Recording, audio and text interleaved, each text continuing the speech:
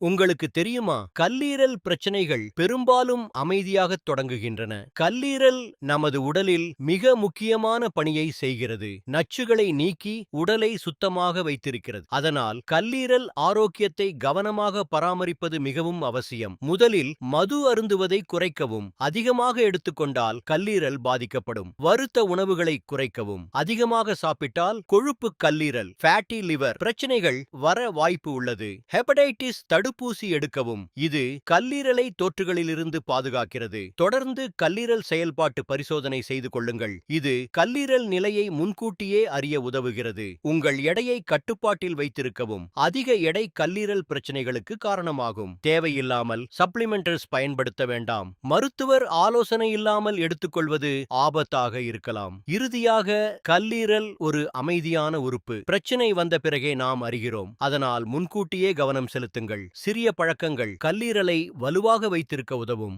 நாகேஸ்வரா ஆயுர்வேதிக்கை பின்தொடருங்கள். உங்கள் ஆரோக்கிய பிரச்சனைகளுக்கு எங்கள் தீர்வு.